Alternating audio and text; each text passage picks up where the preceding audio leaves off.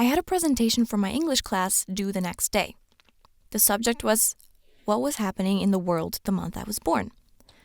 So I had to research all the important events that took place in March of 2005. I Googled 2005 March news. On a news site, I found stories listed by publish date. I started going through all the headlines starting from March 1st and noting down the ones I thought were important. I'd been working non-stop for hours. Finally, I got to my birth date, March 18, 2005. What happened the day I was born? I began browsing through the news stories. A big auto show had opened. There was an earthquake in Alaska. A celebrity couple announced they were getting divorced. What a boring day to be born on, I thought, and started looking through next day's stories. One headline caught my attention. Search continues for baby abducted from hospital. I clicked on story. As I read it, I started to feel like I was suffocating. The police have been conducting a massive search party trying to locate the Andrew baby girl, Andy. They are searching every home in town to find the baby who was kidnapped by a person pretending to be a nurse. The mother, Anna Andrew, said, "I feel like I'm in a nightmare. I can't believe something this awful has happened to me." I was shocked. Our last name is Andrew. My mom's name is Anna. And I'm Andy. I'd been kidnapped from the hospital the day I was born, and my family had kept it a secret from me. I kept reading and found out there were more details to the story. My mom was in her room at the hospital, semi-conscious because she had a C-section.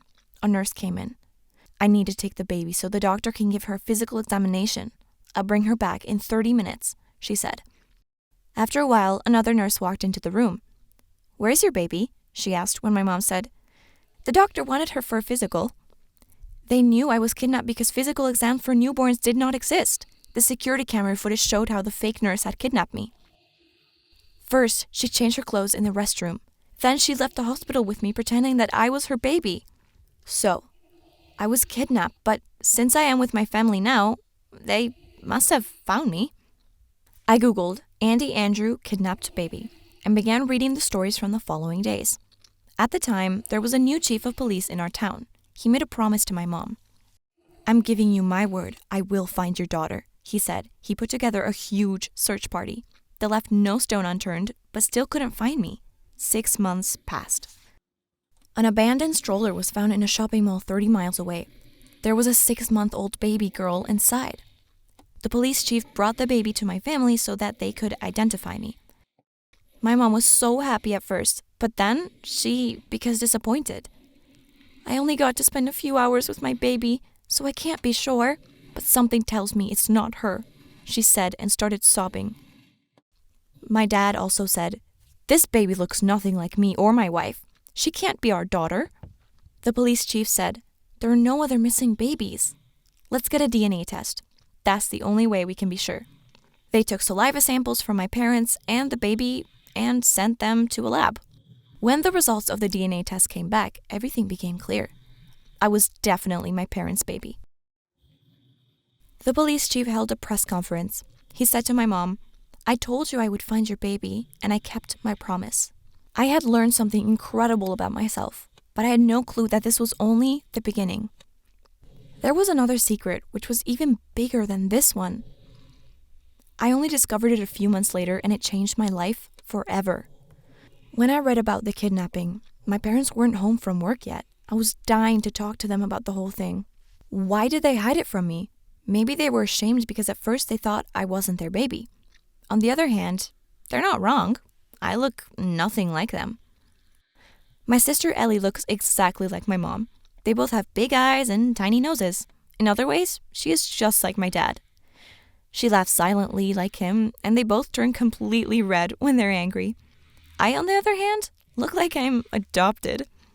I have nothing in common with my parents. When they came home from work, I told them I had something important to talk to them about. After dinner, they sent my sister to her room. They were looking at me curiously. I told them everything from the beginning. They were clearly both very upset. "Why did you hide this from me?" I asked. Mom said, "Honey, for us, this is a bad memory. And we want to forget that it ever happened. We moved to a new place so people around us wouldn't remind us of the whole thing." Dad said, "Sweetheart, this was a much bigger trauma for us than you can ever imagine. But God answered our prayers, and we got you back. We don't need to talk about this anymore. I could understand what they were saying, but I still had so many questions. Why did that woman who kidnapped me leave me in the shopping mall? I asked. My mom said, Andy, you already found out all that you need to know from the news. Whenever I go back to those days, my heart hurts and I can't breathe. Honey, I beg you, please let's not talk about this anymore. When she put it that way, I couldn't keep asking her. I kept thinking about this for the next few days. I read everything there was to read about the story online. When I figured out there was nothing else for me to dig into, I gradually stopped thinking about it. One day, as I was waiting for the bus after school, I got a text from my mom which said, Andy, your sister had an accident. She's about to go into surgery. I was stunned. The hospital wasn't far away. I started crying and running in a panic. When I got to the hospital, I gave a nurse my sister's name and asked where she was. The nurse said, your sister just went into surgery. She was hit by a car as she was crossing the street. She lost a lot of blood before the ambulance arrived. Your parents gave blood, but we might need more. Let's get some from you as well. I said, sure, and went to a room where they could draw my blood. Something incredible happened there. The nurse said, honey, we can't draw your blood because your blood type is different from your sister's. Hers is type O positive, your parents too, but yours is AB negative. When the parents are type O positive, the kids are also type O positive. Are you adopted? I was shocked, but I couldn't say anything to the nurse at the moment. I just said, yes. The nurse laughed. It's my fault. I dragged you here because you said my sister. I didn't think you could be adopted. You make mistakes like that when you work long hours, she said. I left her and ran to my parents. They looked terrible. I didn't tell them what the nurse had told me. I just hugged them. We waited for my sister to come out of surgery. Her surgery went really well. The doctor said, Lily should recover fully in 2 weeks. We were so happy. I was so upset over what happened to her that I couldn't fully process what I'd found out about myself. It was obvious that I wasn't my parents' child. My parents had been right. The baby that was found wasn't theirs after all. So who was I? Who had abandoned me at the shopping mall? Were the DNA test results fake?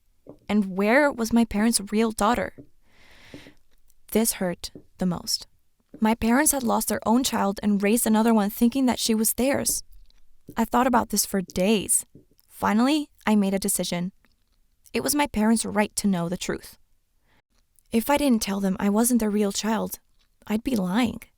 I loved them both so much. They didn't deserve to be lied to. After telling them I wasn't their daughter, I'd moved to a group home. Since I wasn't their daughter, that was where I belonged.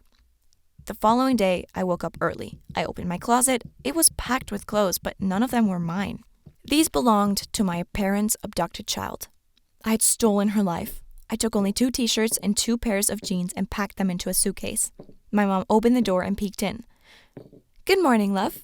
Come, breakfast is ready, she said. She was surprised to see the suitcase. She asked, laughing, Are you going somewhere?